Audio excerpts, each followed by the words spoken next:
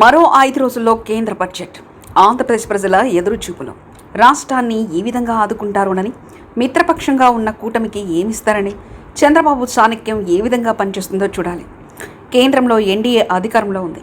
ఇటు ఏపీ రాష్ట్రంలో ఎన్డీఏ మిత్రపక్ష కూటమి అధికారంలో ఉంది. బీజేపీ, జనసేన, టీడీపీ కలిపిన కూటమిగా ప్రభుత్వాన్ని ఏర్పాటు చేసిన తర్వాత ఎన్నో సవాళ్లు కూటమి ముందున్నాయి. ప్రధానంగా కేంద్రంలో ఎన్డీఏ ఉన్నప్పటికీ ఎన్నో సమస్యలు ఆంధ్రప్రదేశ్ను వెంటాడుతూనే ఉన్నాయి.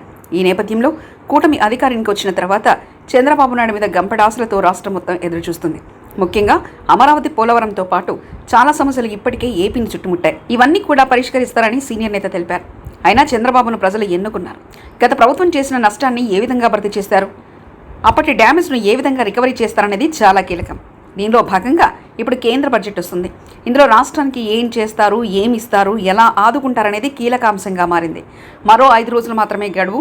ఆంధ్రప్రదేశ్ ముఖ్యమంత్రి చంద్రబాబు నాయుడుకు అస్సలు సిస్సలు పరీక్ష. ముఖ్యమంత్రిగా ప్రమాణ స్వీకారం చేసిన తర్వాత చంద్రబాబు కేంద్రంలో బీజేపీకి వచ్చిన మెజార్టీ సంఖ్యను చూసి చాలా ఆశలు పెట్టుకున్నారు. రాష్ట్రాన్ని గాడిన పెట్టాలంటే కేంద్రం నుంచి సహాయ సహకారాలు అవసరం. అయితే చంద్రబాబు మద్దతు కూడా కేంద్రంలో అధికారంలో ఉన్న బీజేపీకి ఉంది. దీంతో ఆయన అనుకున్నట్లుగా వర్కౌట్ అవుతుందని అంచనా వేసుకుంటూ కొంత ముందుకు వెళ్తున్నారు.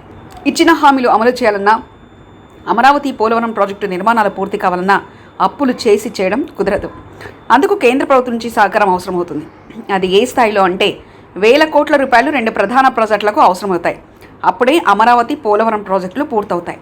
భవనాలను నిర్మించాలన్నా, ప్రాజెక్టు పూర్తి చేయాలన్నా, నిర్వాసితులకు పరిహారం దగ్గర నుంచి అనేక సమస్యలు చంద్రబాబు గడప ముందే వెయిట్ చేస్తున్నాయి.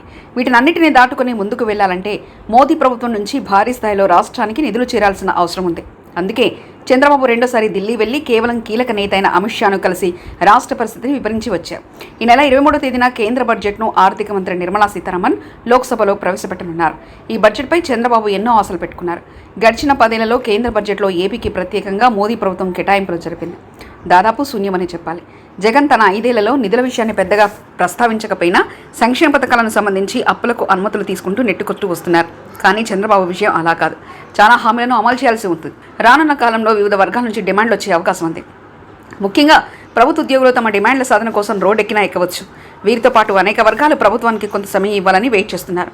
తప్పించి తమ డిమాండ్లను సాధించడం కోసం వెనక్కి తగ్గే అవకాశం లేదు.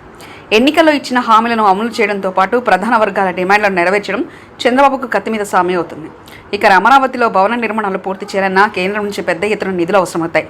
రైతు కుటుంబాలు చంద్రబాబు అధికారంలోకి వచ్చాడని ఆశతో ఎదురు చూస్తున్నారు. పోలవరం పూర్తి చేసి తన సామర్థ్యాన్ని నిలబెట్టుకోవాలని చంద్రబాబు భావిస్తున్నారు. ఇలాంటి పరిస్థితుల్లో బడ్జెట్లో సరైన నిధులు కేటాయింపులు జరిగితే బాబు హ్యాపీ. లేకుంటే మాత్రం ఆయన విమర్శలకు, విపక్షాలకు సమాధానం చెప్పుకోవాల్సి ఉంటుంది. అందుకే ఆయనకు ఈ 5 రోజుల సమయం మాత్రం టెన్షన్ పడక తప్పదంటున్నారు పార్టీ వర్గాలు. మరి మోదీ చలని చూపు ఆంధ్రప్రదేశ్పై పడుతుందా లేదా అన్నది ఈ నెల 23వ తేదీన తేలనుంది. మరిన్ని కథనాల కోసం సబ్స్క్రైబ్ చేసుకోండి మీ అక్షర శిల్పం.